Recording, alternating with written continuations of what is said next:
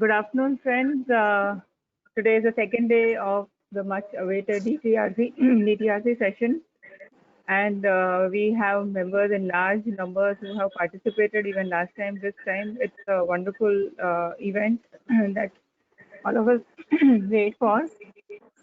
We are so privileged this time that we have our president, ICAI, who has taken out time and he has joined us today here. We have also the Direct Tax Committee Chairman, CA Tarun Bhiya sir, who's also joined.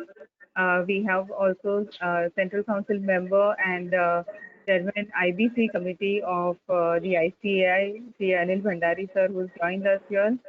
And we obviously have our faculty for the first session. We need no introduction. TP Oswal sir, everybody knows him and everybody's gathered here to listen to him. We have our chairman, WRC, CA Lalit Bajaj. And with this, I would request Lalit Bhai to give his opening remarks for the session.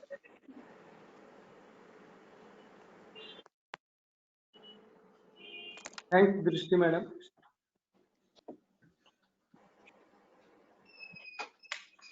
Our president, CA Atul Kumar Gupta ji, a prolific personality full of ideas and enabler for ICAI to move to next level. CA Tarun Bhiya, Central Council member, Chairman Direct Tax Committee, a reformist, very kind-hearted and an expert on the law. CA Anil Bhandari, again Central Council member and Chairman IBC, a dynamic personality and a visionary person and a technocrat.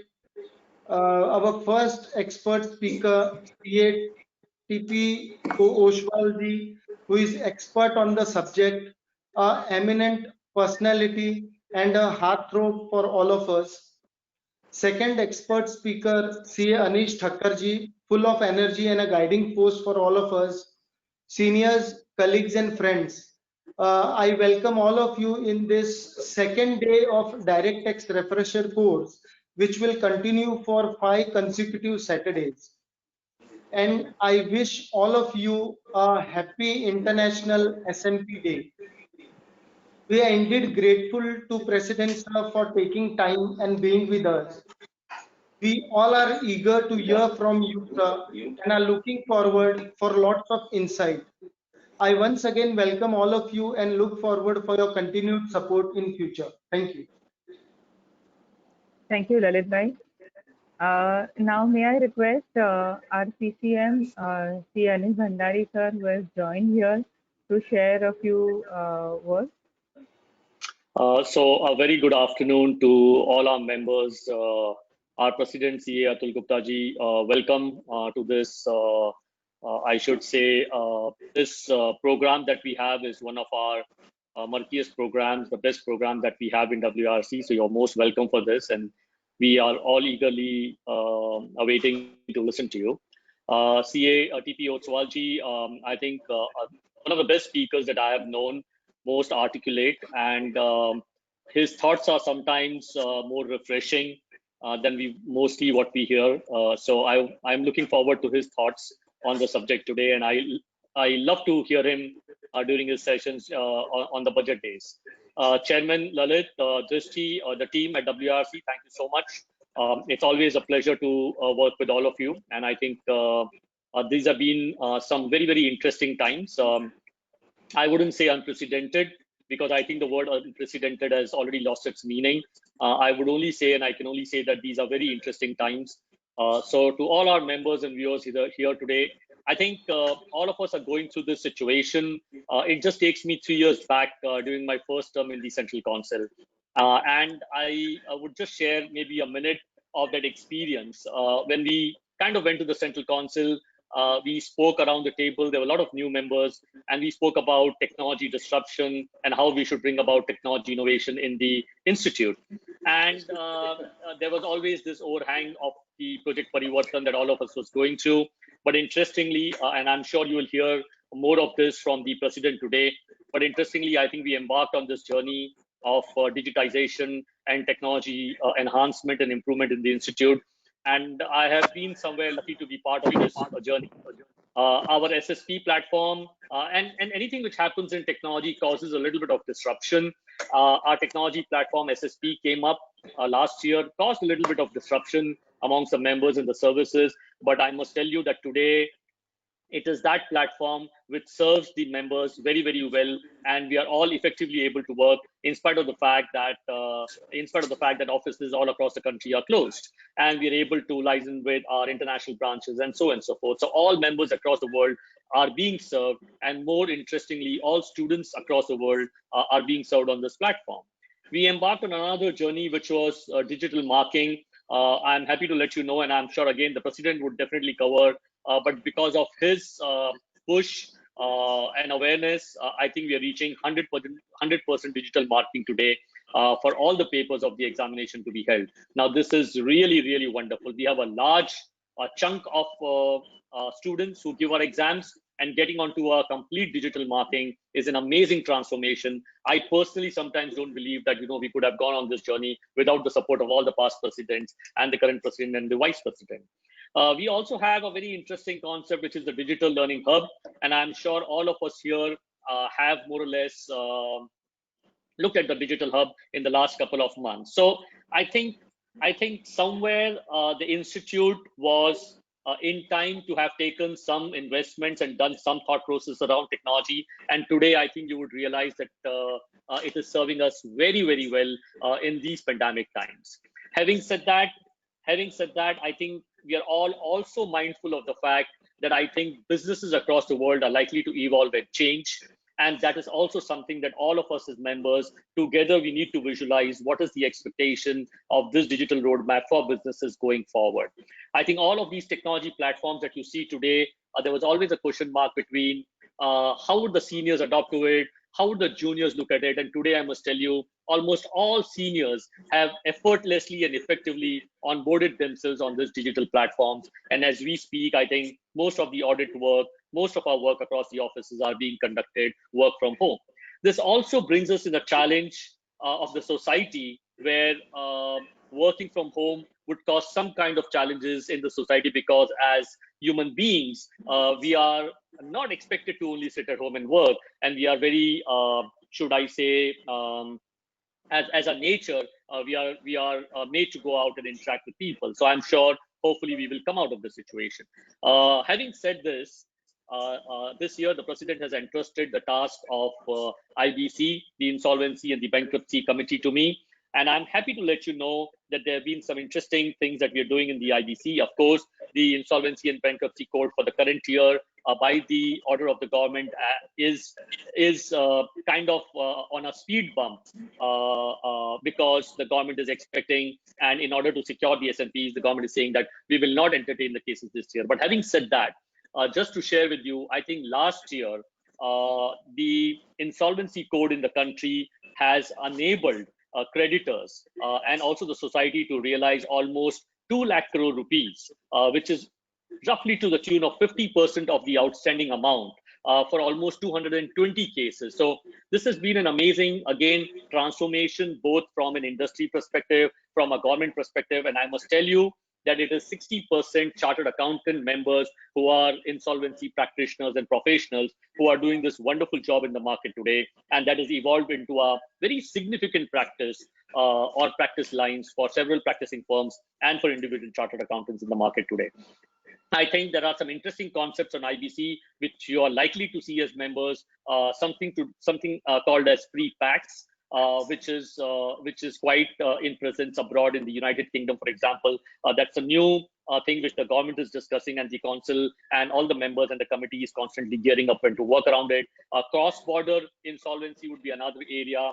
Especially from a taxation perspective, I would be encouraged to hear all our speakers talking about how do you handle those cases which are going through insolvency, especially around the direct tax and the indirect tax matters which evolve, and also around the accounting which evolves. So there are a lot of interesting concepts which come in, and I'm sure Tarunji is here. Welcome, Tarunji. I think I'm sure with our direct tax chairman, he would be able to address a couple of these issues which come up. So I think all in all, we are in exciting times. I would always call this opportunity in chaos. So welcome to this wonderful session on direct taxes. We always look forward to this session. I believe that you would have a great time. It's an amazing attendance. I'm given to understand there are almost 2,500 people watching this webinar. And if the registrations would have been open, I'm sure it would have been more than 25,000 as well. So congratulations, WRC, having done a great job. Congratulations, ICAI President and the Vice President, for continuing to embark on the technology innovation and the journey so that our members are constantly up the curve. And thank you, Tarunji, for your gracious presence here. I think we look forward to hear a lot, especially on the topic of taxation. And Otswalji, I especially look forward to your session. So thank you so much, WRC, and welcome to all of you once again. And I hand back the chair back to this team. Thank you so much. Thank you, Anil Bhai, for your thoughts and enlightenment. Now, may I request CA Tarun Bhiya, Chairman, Direct Tax Committee of ICAI, to share his thoughts. Tarun Bhai, over to you. Yes. Am I audible? Yes, sir.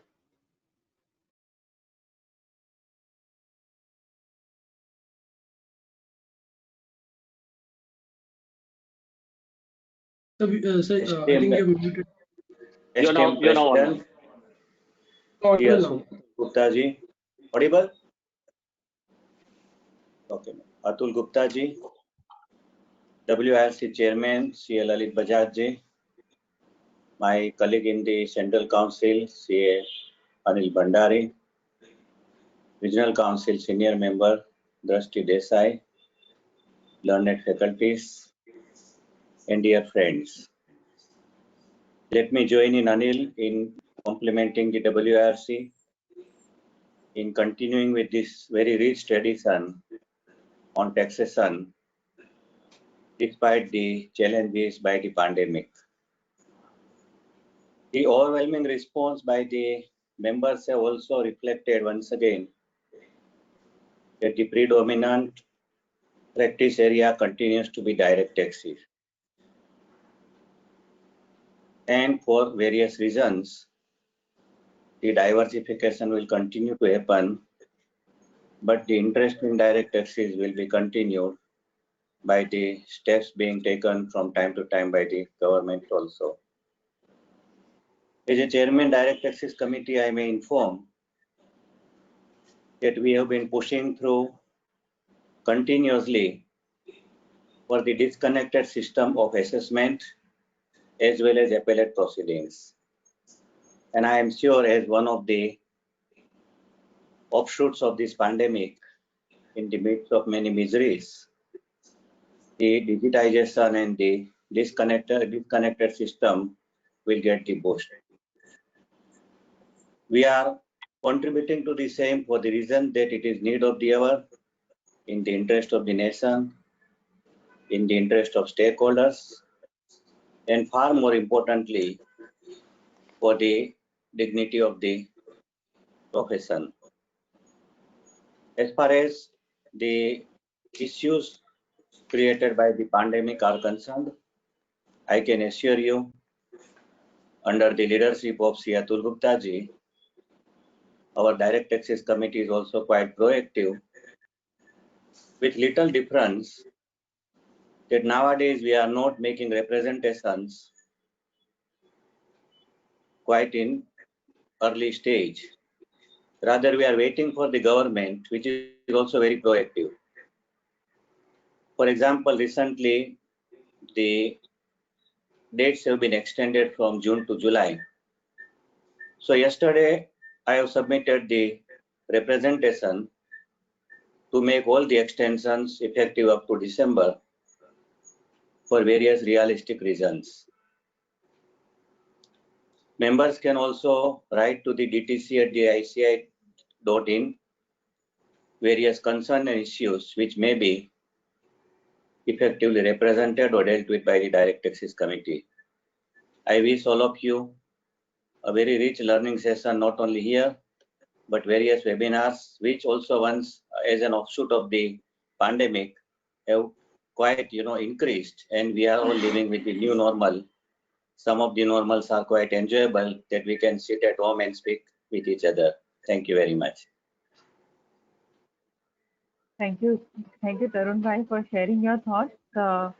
Now we move on to the most awaited part of this first session, which is we want to hear our president, sir. Uh, though everyone knows about him, but maybe I will just add a few more words to his introduction. He's a man of refined thought process, quick understanding, sharp vision. He has been elected the president for 2021, and he has served the profession for about 2 decades. And he is a hard worker, bestowed with exceptional organizational and networking and administrative skills, as well as being a commerce and law graduate by education. He's developed a unique perspective all along. He has led to the cause of the profession through various committees of the Institute, serving as chairman of Digital Accounting and Assurance Board, Board of Studies, IT Committee, Indirect Tax Committee, among others.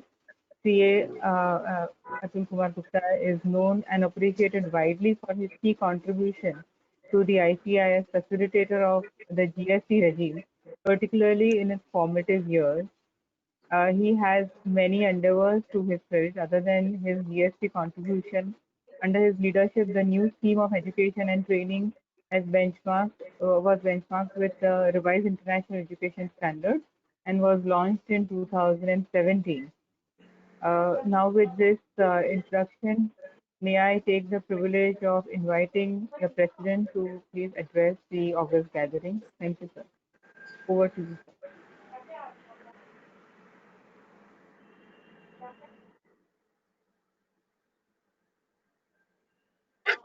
Sir, you're on mute.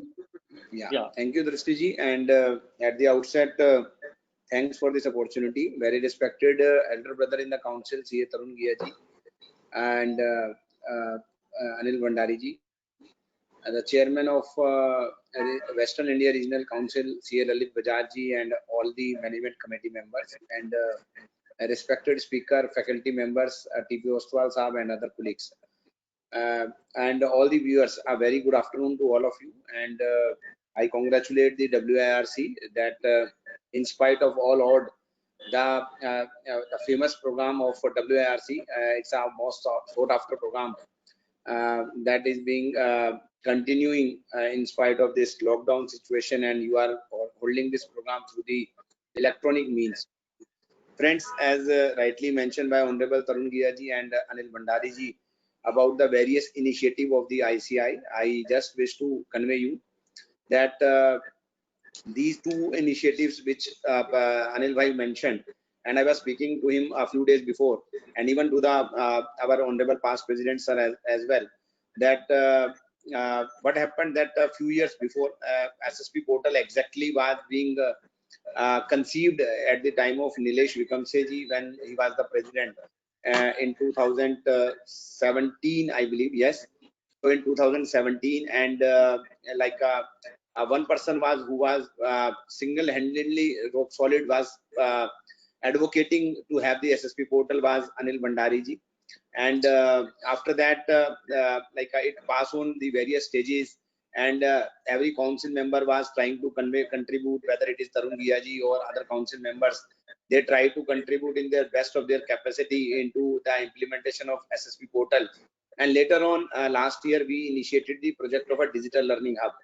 But actually speaking, if you all will agree with me, that these are the two projects which save the entire working of the ICAI in this global pandemic situation, because the members and the student has to communicate with the ICAI for one or the other reason, may it be for application of the article shape or for creation of the form, or maybe the some other activities are there related to the various forms they have to submit, even the examination form, everything and everything. So and the another part is the learning. So there the CP programs, the students learning, the student educational facilities, all the material availability of the all the material related there to even the certificate courses. So all these learning and the communication with the ICAI remain active in the global pandemic situation, thanks to these two initiatives taken by the ICAI in the last few years. And I'm happy to intimate you that even the activities are I will say, reach to the next level of, I will say, the excellence in this global pandemic, whereas the other departments, other organization, or the, I will say, the subsystems of the countries are facing a lot of challenges in terms of the delivery to the services, to the various stakeholders. Friends, likewise, when I'm saying all these things, that there was a visionary leadership by the council colleagues into implementation of this SSP portal and the digital learning hub. Likewise, all the members who are listening this, I request all of you that you also need to introspect and visualize that what will be the challenges in the next 5 years or 10 years down the line. There will be the challenges because of the disruptive technology, whether it is we used to say that the ABCD, that is artificial intelligence, blockchain, robotic process automation, which will outsource the routine activities to the systems. And we have to see that how we will remain relevant, because Tarun sir rightly mentioned that when we are talking about the technical, say for example, if somebody has to appear in the appellate work, so that will not be outsourced through the system, but the activities which will be routine in nature, repetitive in nature, that will be certainly outsourced to the system. Same way, another problem will be that there will be the new way of doing business, because earlier times when we qualify the CA examination, we were discussing about the IPOs and the share premium, where to show the share premium, paid up capital, authorized capital, subscribed capital, and this and that capital. But these days we are talking about the strategic financing. Now the third one is that about the delimitation of jurisdiction, and the right example is the TP Ostwal Sahab. When in the earlier days we were only dealing with the income tax subject or a service tax subject, and we were having the monopolistic kind of a situation, because nobody in the other jurisdiction that subject was not there. But now with the advent of the IFRS, which is we used to call as Ind AS, the international taxation, the GST, which is there in the 164 countries, then valuation, insolvency, all these topics are having the international presence, or I will say the applicability. So I used to tell that this is something about the delimitation of jurisdiction. So that creates a challenge, because for the assurance services, we are there that okay, we have the that right available, that only the chartered accountant can do the assurance services. But for the non-assurance services, and coupled with the technology, there will be a challenge in the times to come, when the international players will also be able to render these services at the every jurisdiction. But now, how to convert these challenges? So whether it is a challenge of a technology, whether it is a challenge of a new way of doing business, or whether it is a challenge of a delimitation of jurisdiction, what we have to do, that we have to visualize, we have to work on a SWOT analysis, we have to work on a strength, weakness, opportunity, and threats, and then we have to see that what kind of a reskilling will be required. So we have to see that today I'm here, and then in the next 10 years down the line, I will be requiring that kind of a skill set. So you have to do a gap analysis of each one of us. So among ourselves, we have to do an introspection, that what will be the skill set which will be required for under me, in the next 5 to 10 years. And then for that gap analysis, we have to do a reskilling. So it is very, very important that we have to understand that what will be the new age jobs, what will be the future ready professional, what will be the future ready, even the institute. I just wish to tell you that I was discussing in the morning only to Tarun Ghia sir, that in the 1st of July, we have a special session, which is we have designed a special session wherein all the council member will be talking about the ICI 2024, that what all we have to do in the next few years to see that the profession is a future ready profession.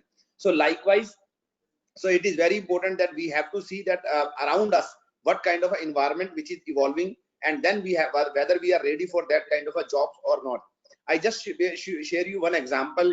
Maybe I'm aware that I'm taking the technical time of each one of yours, but I just wish to share with an example that old times when we were crossing the toll plaza, it was taking a lot of time, and so somebody was doing a manual ticketing and so and so. But now we have the tag system available, that without any interruption you are passing the toll plaza barrier now. But since the technology is a merciless technology, so that doesn't have the mercy. So please try to understand that nobody thought about the person who was doing a ticketing job, and his entire livelihood was dependent on that particular activity. Now that job is no more required, but there is a new job which emerges out from the entire this activity, that is a reconciliation job of a toll plaza vis-a-vis the tag company, that how many vehicles passed from that particular barrier, and how much revenue should be collected from the toll plaza by the toll plaza company from the tag user company. So now in case that person will do his reskilling of the job, that he will be proficient in the maybe the Excel job or maybe some other computer related activity, certainly he can do that job in a much better way and a much better environment, and that will be a highly paid job as well. But that is something required, that what is required, that is you have to do a reskilling of yourself to be adaptive to the new requirements, that is the new age jobs. Same way, it is very important for all our colleagues that we need to always introspect that what will be there in the next 2 to 3 years, 5 years down the line, and what kind of a skill sets will be required by our professional colleagues, not only to remain relevant, not only to sustain, not only to grow, but also to sustain themselves as a contributor to the society, or even to running their practices. Now, my dear friends, coming back to your topic and the sessions which is being planned, that I believe that this is one of the example when we are doing a refreshing kind of a job. So this is a refresher course when we will be I will say the revising, or I will say that you will be learning the new maybe the new judgments, the jurisprudence, some judgments will be discussing some case law, and everything will be discussed by the experts, and that will be kind of a refreshing your skill set will be there in these 5 weekend program which is being organized and Lalit ji mentioned. But in this point, at this point of time also, I urge all my colleagues who are listening this webcast and they will be attending this program, that you have to see that by having this presence of like a speaker like TP Ostwal ji or the experts who will be giving you that kind of a skill set which is required in the environment of a delimitation of jurisdiction, you have to also see that how you can develop your global footprints when you have that kind of a skill sets available to you. So my best wishes to all of you for attending these programs, and thanks to the WIRC for organizing these kind of events in spite of this pandemic and lockdown. And you like आप लोगों ने अपना जो है वो मतलब pandemic है, लेकिन आप लोगों ने अपना हिम्मत नहीं छोड़ा. You are continuing with your thought process, continuing with your efforts to see that you are delivering the best of the services to the members and the students. So thanks to the WIRC and all the council colleagues for putting their heart and soul for the benefit of the entire profession and the entire society. So with these words, I thank you to WIRC and my council colleague Anil Bhai and Tarun ji for giving me this opportunity. Thank you very much, and once again, a happy learning to all of you. Thank you. Thank you, sir, very much for sharing your vision, for telling us about how important it is to reskill. Yes, that is the need of the hour, and we will definitely take this into consideration. And most of all, I must thank you for making the technology platform and the entire infrastructure available to us so that we can carry out all these programs with complete ease. Thank you very much, sir. Now, without taking more time on my part, I would like to start the technical session. May I invite my council colleague, CA Umesh Sharma, to introduce the speaker for the first session, TP Ostwal sir, who is going to speak on reading tax treaties in the era of MLI. It's a burning topic. May I request Umesh bhai to please introduce the respected speaker for the session.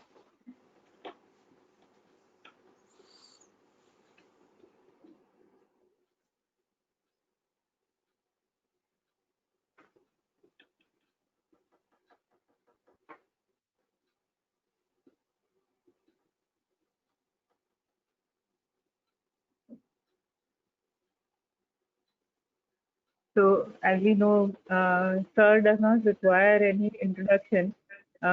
He is so very well known amongst all of us. In fact, when it is when one talks of international tax, the first name that comes to anyone's mind is TP Ostwal sir's name, and we are so privileged to have him here with us. Yes, Murtuza bhai. Okay. So may I now request the session? May I request TP Ostwal sir to please begin his session? Thank you, sir. Okay. Just if I have to share the presentation so that I can start my session.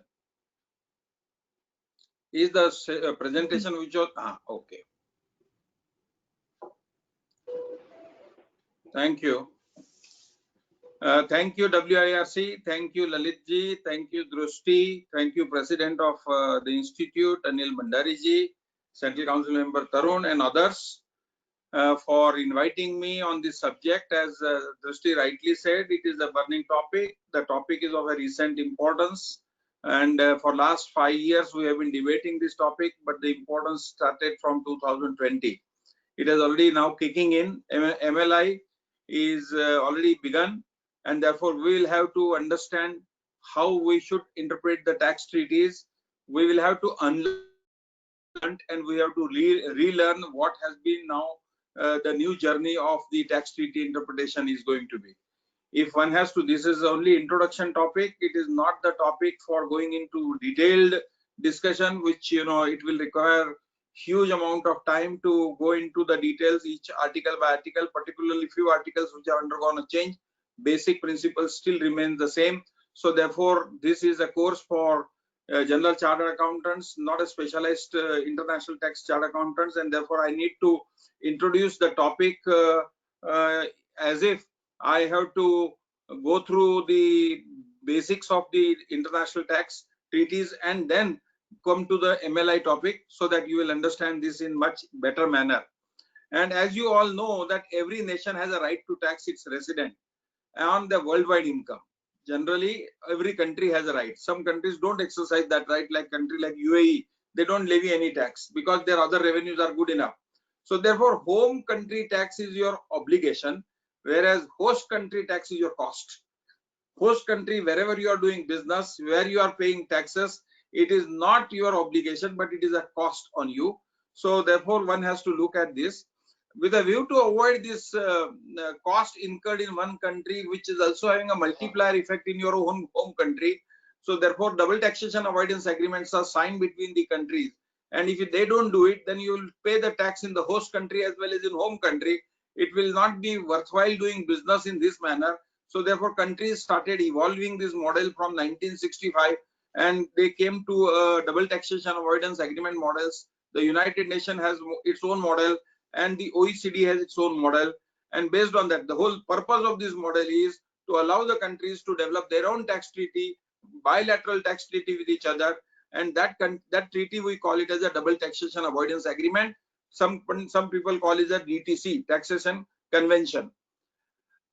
I am not going to dwell upon these issues, but I just put a summarily the sections which are relevant when it comes to international taxation.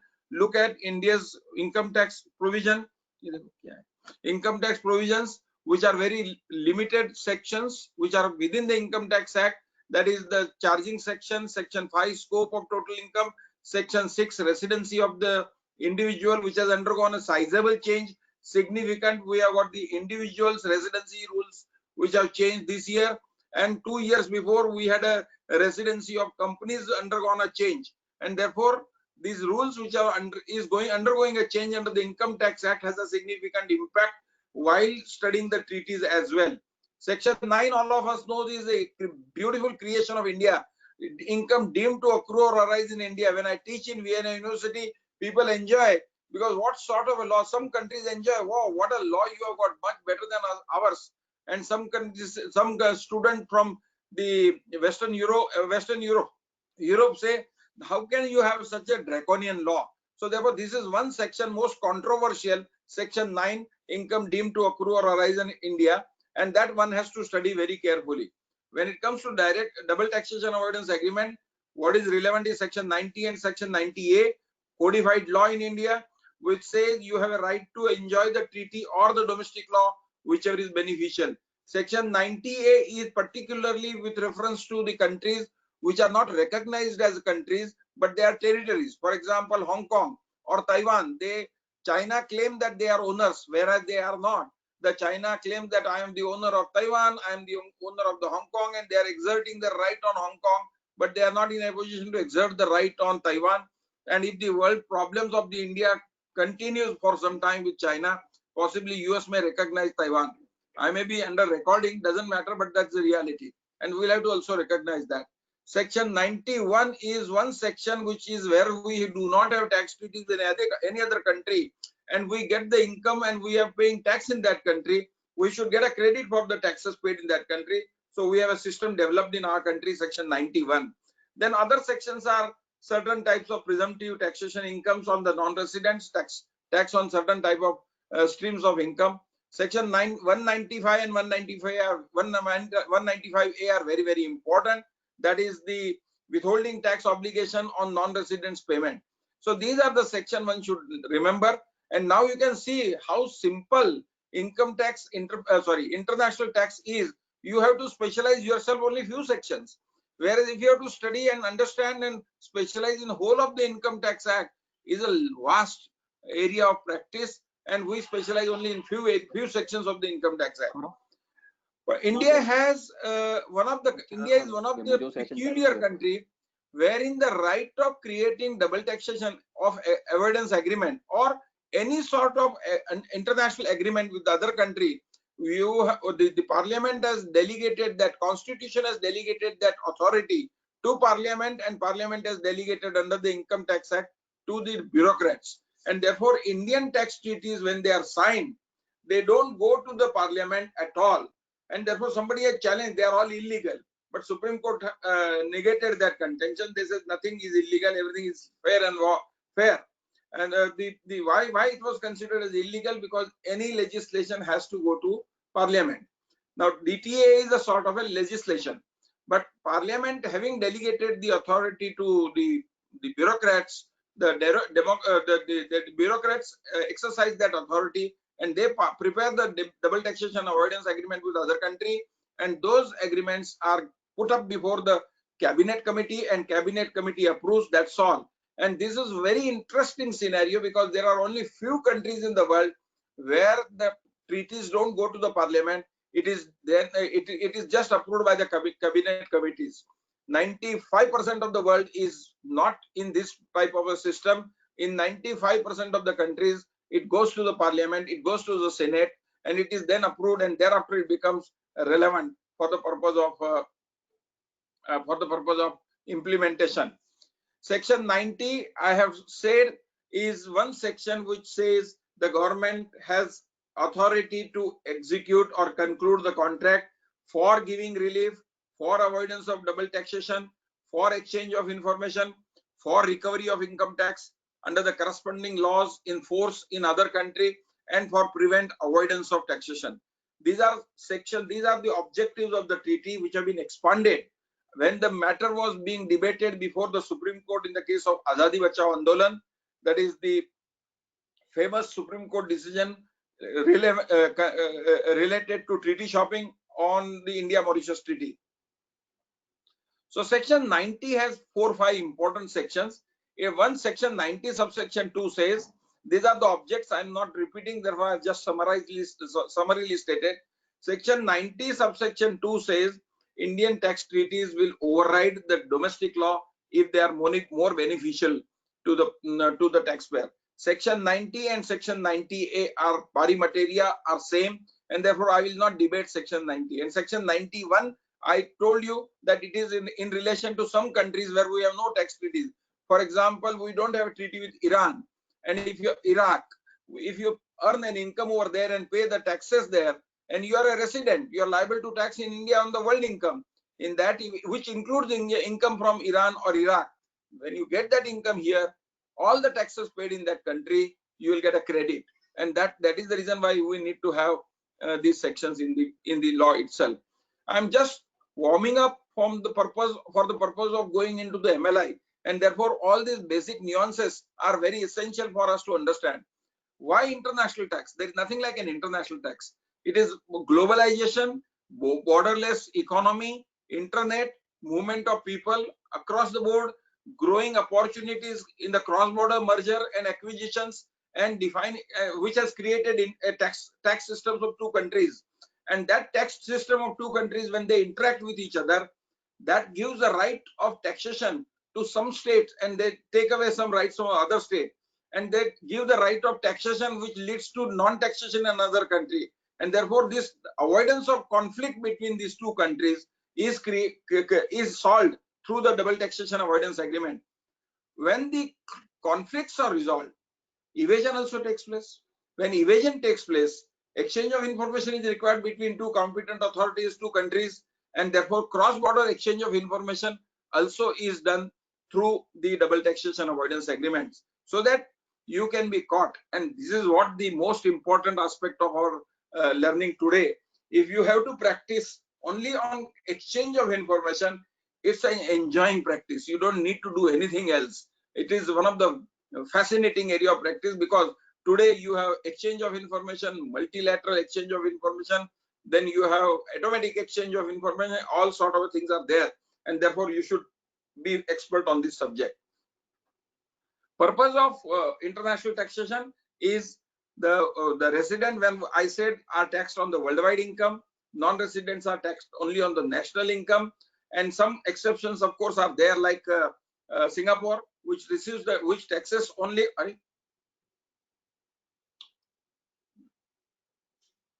Sorry, the presentation has gone. If the organizer can organize this, getting me the presentation on.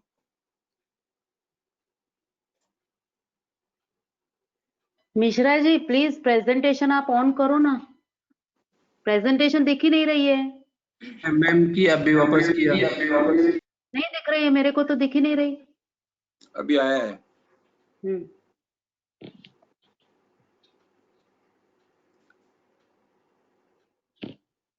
या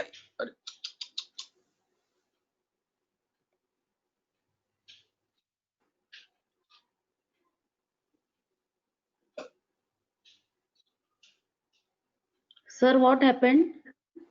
I don't know. I'm now trying to get it back. Don't worry. 1 second more. We have some Preeti, there's some technical issue. We are just quickly setting it right. Just bear with us for a minute. It is now loaded. Can you see this presentation? Sir, you're paused on paused mode. I'm on pause mode. Yeah, you are not visible at present. क्या बंद है sir आपका? But I'm not seeing your system also.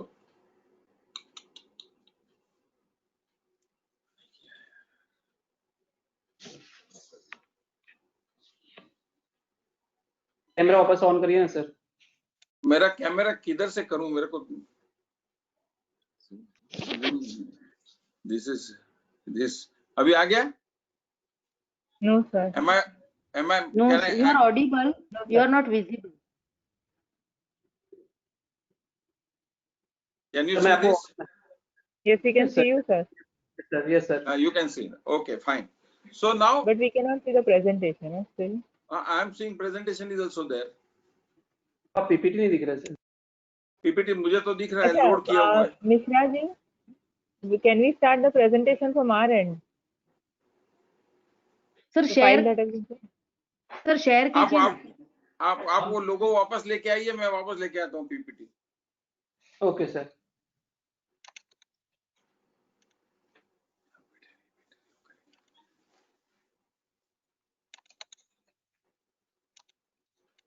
Sir किया sir वापस से। मेरे को दिख नहीं रहा है ना। हाँ अभी आया। आ गया? अभी दिख रहा है? नहीं सर अभी तक नहीं दिख रहा है सर। मेरे को तो आ गया, मेरे सामने आ गया, मैंने लोड कर दिया। I can see the presentation. Sir, we are not able to see. I'm so sorry. I had shared my presentation to WIRC so that they can load it. But sir, you won't be able to. Mishra ji, हम load कर सकते हैं presentation? हाँ, मैं आपको option दे रहा हूँ madam. मैं आपको ऑप्शन दे रहा हूँ मैडम।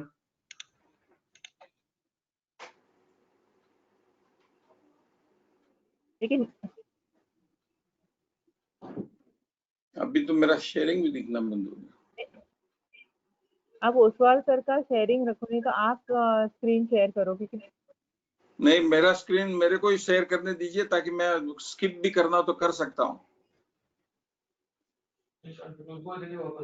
मिश्रा जी सर को ही दो। अभी देखो वापस स्क्रीन शेयर किया मैंने। आ गया क्या स्क्रीन में? नहीं सर। नहीं आया। हाँ अभी आया sir. Sir is there now. Perfect. Okay, fine. Just 1 second. Where I was? Yes, I was saying that every country taxes its resident on their worldwide income, and every country taxes non-resident on their national income. There are exceptions to that. For example, USA believes in taxation of citizenship, and they will tax on the worldwide income of US citizen, irrespective of fact where you are situated. Whereas in case of some countries like Singapore, they have a concept of taxing only on the basis of income received in that country and not on the basis of worldwide income or national income. And therefore, these some exceptions do exist in the world. For example, UAE does not have tax laws for the individuals. Companies also, they don't have, except banking companies, non-resident banking companies, and exploration and exploitation of oil, non-resident oil companies. So therefore, one has to study this, one has to understand. There is no separate codified law for international taxation. There is no separate system. There is no separate code. Provisions for domestic law to handle cross-border section, cross-border direct and indirect taxes exist. And when you interact two countries' tax system, it becomes international taxation. There is nothing like an international taxation system which exists in the world. So therefore, EU directives are the directives within the Europe which have been created with a view to avoid double taxation, and the model treaties are created in the OECD, the developed country, and the developing countries are followed by UN model. There is some principle which we need to understand: source taxation and the residence taxation. The countries having a jurisdiction to tax residents is a resident jurisdiction taxation. Resident means if you are a resident of this country and I have a right of taxation of world income, then this is a resident jurisdiction taxation. Source taxation, Singapore. If the income is sourced in Hong Kong, if the income is sourced in Hong Kong, they levy the tax on that and not the world income. And therefore, these are the two concepts one needs to understand. And to give proper sanctity to these two principles, the tax treaties are created which exert rights of each other. This country has a right of taxation in respect of source. This country has a right of taxation in respect of residence. And that is how we have to learn the tax treaties. So therefore, ultimately, what is tax treaty? What is a treaty? If you look at the treaty definition, generally, it is defined under the Vienna Convention of Laws of the Treaties in 1969, which says an international agreement concluded between the state in a written form, governed by international law, whether embodied in a single instrument or designated as an instrument per se. Therefore, it is all international agreement. Any international agreement codified between two countries becoming a convention. It is sometimes it is known as treaty, sometimes convention, sometimes pact or something like that. But when it comes to taxation concept and the agreement is signed between two countries, it is double taxation avoidance agreement. Some people call double taxation avoidance agreement, some people call convention, and loosely people call treaties. And therefore, our subject is treaties interpretation. And therefore, when you interpret the treaties, one cardinal principle as per Article 31 of the Vienna Convention, which we must keep in mind, the treaties must be interpreted in good faith and in accordance with the ordinary meaning given to the terms used in the treaty in the light of object and purpose for which the agreement was signed. And these are very easy to write a principle, but very difficult to follow in the real life. And countries defy this. Countries and countries don't follow, and that is how the dispute arises. So what is the question is, what is therefore treaty we have seen? It is labeled as whatever the name it is labeled. We have not to bother about it. We have to understand treaty is treaty. There are different type of treaties world has. We have in India, as far as India is concerned, we have almost 100 double taxation avoidance agreements with various countries, which are comprehensive agreement, full-fledged double taxation agreement. There are some limited agreements which we have. For example, shipping income, airlines income, we have separate agreement. We have one multilateral agreement also, or SAARC nation countries, Ajubaju all Pakistan, India, Bangladesh, Myanmar, these 7 countries or 8 countries which we are. The SAARC nations have signed one agreement which is multilateral, in which only certain type of incomes are provided. For example, sportsman's income, or for example, some other type of activity, not full-fledged agreement. These are old type of fashioned agreement. Now there is a new thing which have come in: tax exchange information treaties. India has signed the treaties with number of countries which are known as only exchanging the information. The countries and countries do not have taxation laws in their country. For example, if you take the case of famous names which are coming up these days in newspaper also, you must be reading BVI, Cayman Island. Hitherto people may be not knowing where these countries are situated, but at least they know the name. These are the tax havens. They do not have tax laws at all, and therefore nobody was signing a double taxation avoidance agreement with them. Now you need to sign agreement exchanging the information, and therefore exchange of information agreements are signed, without which the country is not obliged to give you any information of any tax evader or who is absconding and staying over there. Then we have one agreement called as FATCA. This agreement is with USA, Foreign Accounts Tax Compliance Act.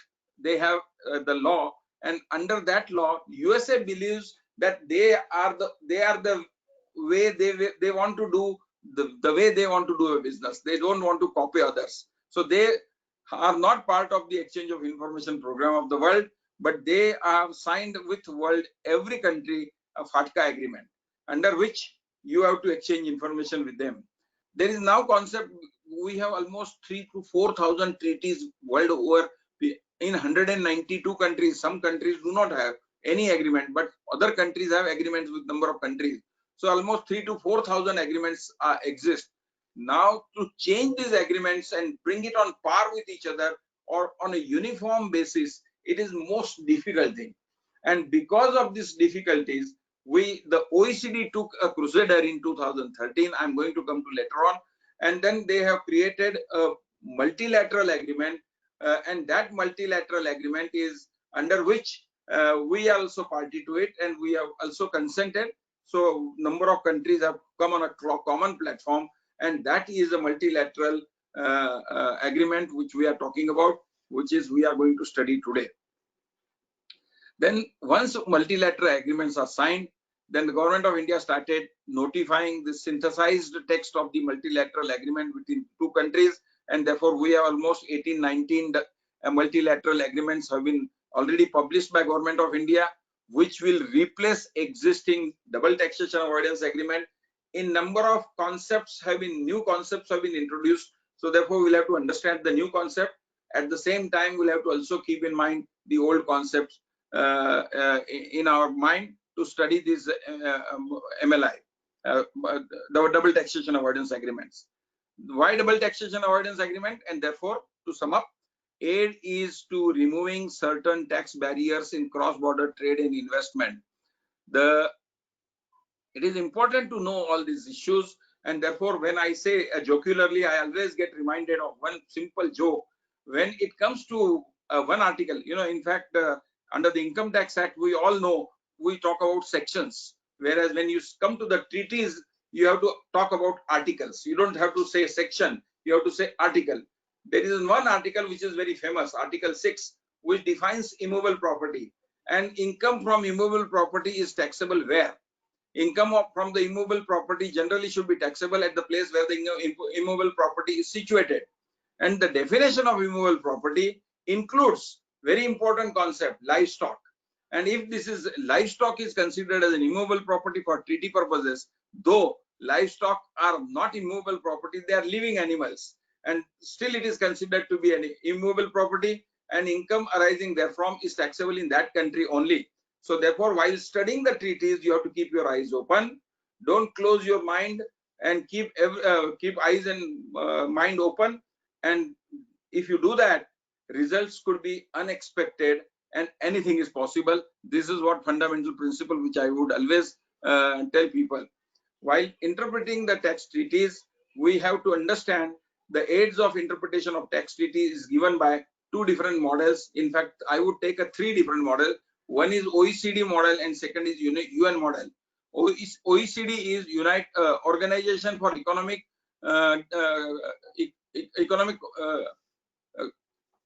and Development, economic countries and whatever. OECD model, that is developed country model, and second is United Nations model, the developing countries model. And third is the US model. All these three models have their commentaries. all their three conventions have the detailed technical explanation, and therefore when it comes to interpretation of tax treaties, you have to look at the model, interpret from that on that basis. If the other interpretation technique fails, you also look at the protocol which is signed after the treaties, and also look at the technical memorandum. Please note, comparing two treaties with an identical language is not the basis of interpretation, because the the object with which you have signed the treaty with a particular country may not exist in the other country, and therefore generally parallel treaties are not compared for the purpose of interpretation. Though in India we have very famous decision of Raymond Gullen Mills, where we have taken the tribunal has taken a view by comparing US treaty with UK and come out with an explanation. And therefore ultimately what you can argue before the tribunal, and if you fail in all other objects, at least you use comparable examples and argue and convince the tribunal and succeed in the matter. International case laws are relevant for interpreting the tax treaties, because so many things which are not necessarily decided and defined in one particular treaty may not exist in a particular treaty, and therefore you have to look into the treaty.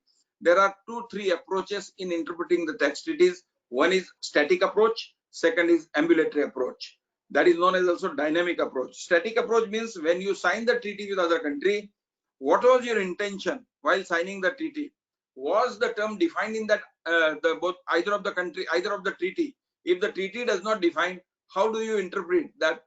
Then one will take a view that static approach will permit you to only look at the meaning of that particular term at the time of signing the treaty. Whereas the world has now undergone a change. They say we will not go by that principle, we will go by ambulatory approach. What is the meaning of that? The dispute, when this arises, at the time of dispute, what was its interpretation in either of the country? One will look at it, at least in the country where the treaty is interpreted, we will look into that, and then accordingly we will interpret the treaty. And we have a famous decision of Canadian Supreme Court. I don't have time, I am running out of time, otherwise I would have taken you through that Canadian Supreme Court decision, Queen versus Melford. Beautiful decision on a guarantee fees. It was an agreement between Canada and Germany where the term was not defined. As I said, there are comprehensive agreements, the DTA. Comprehensive agreement is very wide in the scope. It covers almost all type of income, whereas there are limited agreements as well.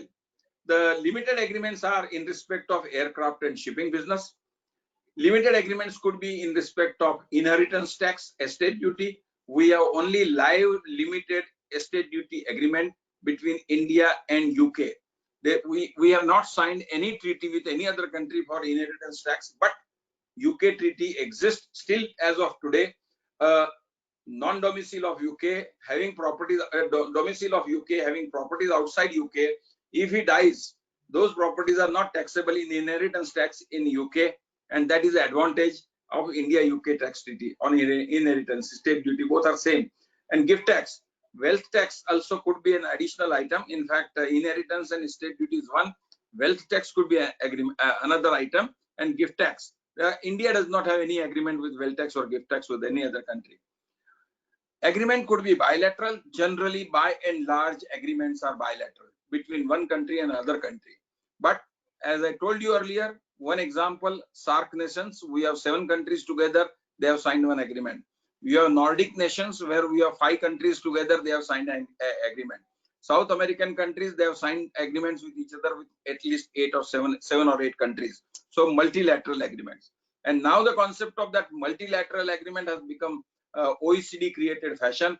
140 countries have come together to sign agreements with each other to change their old double taxation avoidance agreement on a common platform. So therefore we have a multilateral agreement. And if you look at by and large construction of the tax treaties, you have these 31 articles, and this 31 article is a comprehensive double taxation avoidance agreement. And I'm not wasting your time to understand the comprehensive double taxation avoidance agreements here. Then you have when all those comprehensive agreements were happening, the country and the people started taking advantages of these agreements. So as a result of that, people started doing tax planning. Treaty shopping became very popular. The treaties were used and misused to avoid the taxes and park your untaxed money stashed in other country, and all those concepts came in. People were using the treaties for double non-taxation purposes, or taking advantage of low tax jurisdictions presence in your structure, and as a result of that, people found that people are shifting the profit and avoiding base erosion of a particular country. Your base of a taxable base of a particular country is eroded when you shift the profit, and these projects brought in the attention of the OECD and G20, which came together in 2013 to address issues of tax avoidance, and they agreed some series of actions to tackle it. And therefore, what they have created a plan action for base erosion and profit shifting, which is very popularly known as BEPS. And in that base erosion and profit shifting, the whole target was to prevent double non-taxation as well as cases of no or low taxation associated with the practices that are artificially segregate taxable income from the activities that generate it. So therefore, they came together to ensure that people don't have double non-taxation and people do not have artificially creating structures whereby they avoid the payment of tax in one country and shift the income to other country where there is no tax or low tax.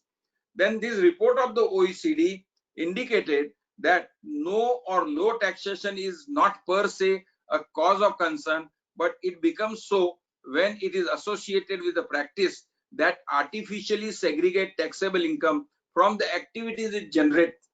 So therefore, what happens, for example, you are in India, you set up a company in UAE, and the company is managed and controlled from India only, and you control that company and you get your all income in UAE, and therefore you say that company is outside India, not liable to tax in that country, taxable in that country, but they don't levy any tax. What can I do about it? So when people started questioning the tax authorities, the rights, they came together and they created BEPS action. So under the BEPS action, 129 countries, they created an inclusive framework which continued to grow, and today it consists of 129 countries with 14 observers. Almost 70% of non-OECD countries have come together from all the regions of the world. What is this inclusive framework? Inclusive framework is one organization, one part of the OECD G20, which does peer review of each country and look at what practices do you have. If the practices are harmful in your country, which is harming the other country, they can blacklist you, they can sanction you, and they can tell you change your system within so and so time, otherwise we'll impose some additional restrictions on you. For example, FATF restrictions which were introduced on Mauritius was cause of this. One of the reasons was this, and apart from there are a number of other reasons. You have the background of the BEPS actions which are talked. The BEPS was started in 2013. As a result, it started because of the US requirement. After the major great fall in 2008, the financial crisis, the Americans said the countries are not paying taxes, the companies are not paying taxes in USA. The average rate of multinational companies which are existing in USA were paying tax of 2.5% of their total income, and Americans really got jittery as to what do we do. So they asked the OECD to work out some actions, and the action was BEPS action, and the OECD suggested 15 action plan. In 2015, final package was released.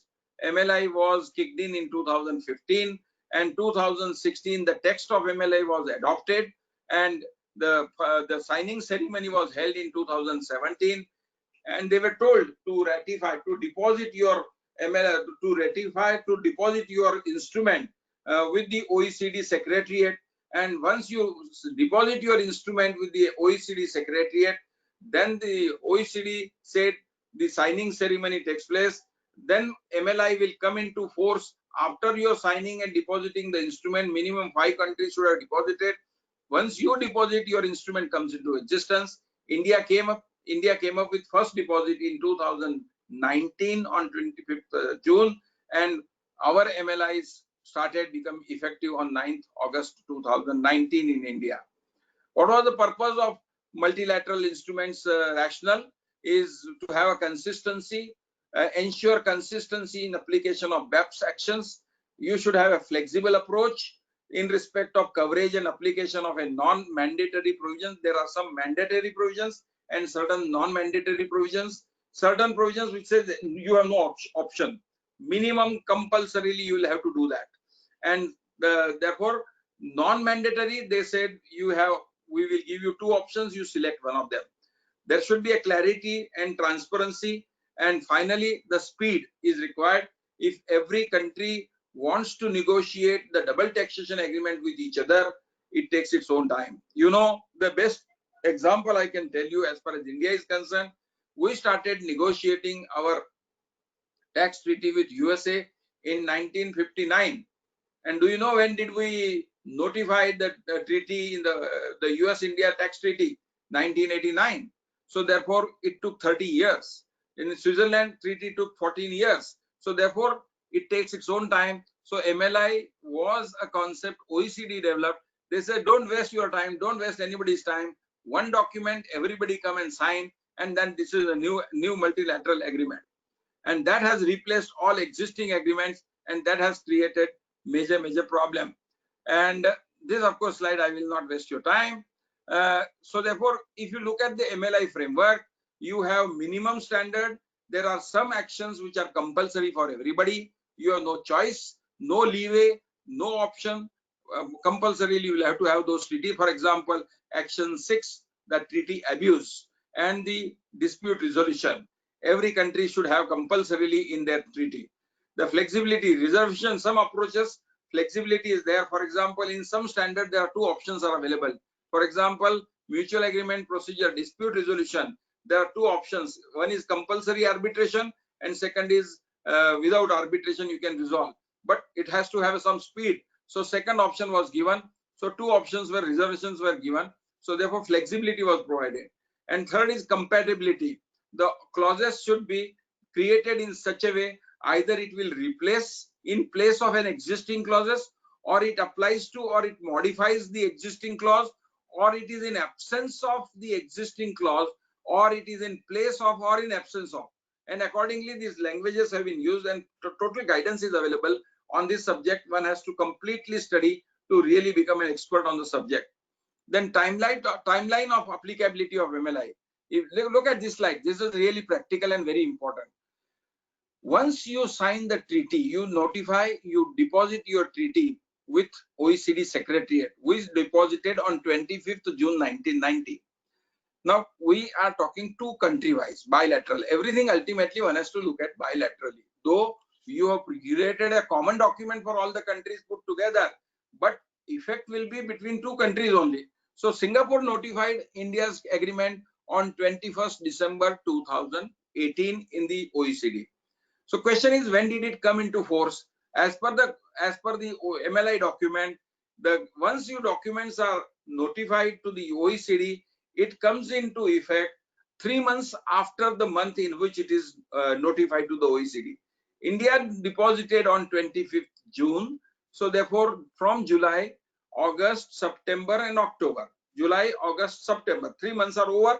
So it became entry into force. It became in India on 1st October 2019. In Singapore, it became effective on 1st April 2019. That is 3 months later of December. The question is, though entry into force gives the right to know where from it starts. But again, if you look at that article, it says it will therefore kick in. It will apply from the next fiscal year, next financial year, or next calendar year. In India, it is fiscal year starts in April.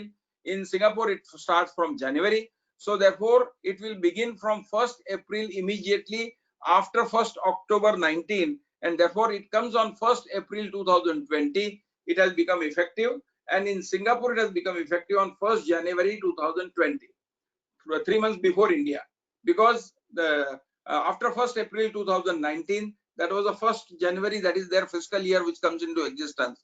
But these dates are relevant for the purpose of withholding. If the payments are made from India to the other country, or if the payment is made from India to Singapore, the withholding tax wherever it is applicable, then these are the dates from which the new provisions must be interpreted and should be seen whether withholding should be applied according to the new treaties or not. But when it comes to interpretation and application of the treaty, luckily for us, we are having a fiscal year as 1st April. But for all other taxes, for application of the tax treaties, look at the provision was, it is applicable, it is effective from the taxable period beginning on or after 6 months from the letter of the effective date of effective date entry into force. So therefore, in India, it is 1st April 2020, and in Singapore, it is 1st January 2021, and therefore, actual interpretation of the tax treaties and actual application of the tax treaties will come into force from 1st April 20 in India, whereas in Singapore, from 1st January 2021 fiscal year. Whereas for TDS purposes also, for Singapore, it comes into immediately effect. In India, for both the dates will be common. Whereas second example, if you look at between Canada and India, the dates are different, and these both examples I have given. Third example I have given is of Cyprus, India. The dates also differ. So therefore, one has to look at each treaty. One has to look at when we are notified. One has to look at when it has entry into force has taken place. When it withholding tax obligation, because it is the first year, you have to see what is the effective period when withholding tax obligation will apply, and thereafter when the treaty comes into the force. I am saying so this withholding tax obligation becomes very relevant because we have now under the MLI a new concept which is incorporated, which is a minimum standard, and that is known as the principal purpose and limitation of benefit and the LOB article or simplified LOB article. These are all mandatory standards which have been incorporated in the treaty, and that makes the life most challenging, most difficult, and therefore interpretation of tax treaty is required to be seen carefully. Some of the MLIs which are going to affect India's tax treaty, I listed 29 to 30 examples here, and some of the treaties we have new notified synthesized agreement also. India has notified around 17 to 18 agreements we have notified, and one has those texts are available in the Indian government website. Also, they were available. And the interaction. So with this, I request. Hello. Sir, please continue. So somebody was intervening. No, I can continue. don't know. How much time I have? Just tell me so that accordingly I'll finish it off. Earlier, Yes, originally. Sir, you have all the time. Don't worry. We want to listen to all that you have to say. Everyone has gathered here to listen to you, sir. So you don't worry. Fair enough. Fair enough. I will do that. I'll do justice to the job. Thank you very much. And I'll not take much time because ultimately my friend Anish is going to speak after me, so that I will not waste. I will not take away his time. So don't worry.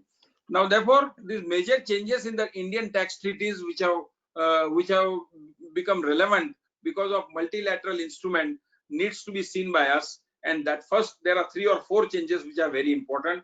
One change is preamble, the heading of the treaty, the purpose of the treaty. Now, most important preamble says it should explicitly say in the preamble the purpose of the treaty, and it should say very clearly the treaty is for preventing treaty abuse and avoiding double non-taxation and prevent extension of benefit of the treaty to a person resident of third country. No such benefit can be given. So in other words, you are not allowed to do a treaty shopping, which otherwise hitherto our Supreme Court has taken a view in the case of Azadi Bachao Andolan. When the treaties are signed and you are silent on the treaty shopping, prevention of treaty shopping, treaties can be used for the purpose of treaty shopping. India, Mauritius was one of the example. Canada, Luxembourg was one of the another best example which has come in the. I am giving the examples where the matters have come up before Supreme Court of the respective countries. I am not, otherwise there are a number of other examples. I don't want to waste your time. Expansion of scope of permanent establishment. When it comes to the treaty, one of the most important, 60% of the disputes are on account of one concept, Article 5 and Article 7, taxation of business income. permanent establishment definition, which is given in Article 5, and the tax effect of that is calculated as per Article 6, Article 7, business income, and therefore that has undergone a substantial change. It says the concept of independent agent scope has been changed. The dependent agent permanent, if your person is totally dependent on you in other country, you are not having any presence, but you are doing the activity through an third party agency and who is totally dependent on you, artificially it creates a permanent establishment in other country, and they have changed the rules of that. They also, in that Article 5 definition of permanent establishment, certain exclusions are there, preparatory and auxiliary activities. They have undergone a change totally, and therefore you have now mix of OECD and UN model both. Then new two concepts which have been very, very prevalent for tax planning purposes in India. We have a number of court cases on that, tribunal cases also on that, favorable to the taxpayer. But now with these changes coming in, they will all be overruled. One is anti-fragmentation rule to avoid creation of permanent establishment, and that is you fragment your activity under various entities and say individually per se, look at me, I have not created any permanent establishment. But now they say no. If there are group of entities which are under the common control and activities are fragmented under different entities, all activities put together will decide whether permanent establishment exists or not. Then anti-splitting of contract. You split the contract between number of countries each. Say for example, construction and the exploration activities have time threshold. For example, if you are present in the other country for 182 days, you create a permanent establishment. So what people will do, they will set up separate entities. One entity which is carrying on activity for 130 days. The other activity supervision will be carried out by another entity 110 days. So overall, you are carrying out all the activities by splitting up the contract under different companies, and therefore you say I don't have permanent establishment. And third concept, I will not bother, commissioner arrangement, because it is for civil law countries and not for the common law countries like us. The second major change which has come in under the treaty was the concept of dual residency company. If you are a resident in one country and also resident in other country, how can a company be a dual resident? For example, the treaty says the company can be resident on the basis of incorporation, or on the basis of place of effective management, or on the basis of place of control or management. So therefore, some countries have the old concept for place of control and management. Some treaties may have the concept of incorporation, and therefore, because of this different confusion, the company can be regarded as a resident of two countries. And if the company is regarded as a resident of two countries, the solution is, the earlier solution was the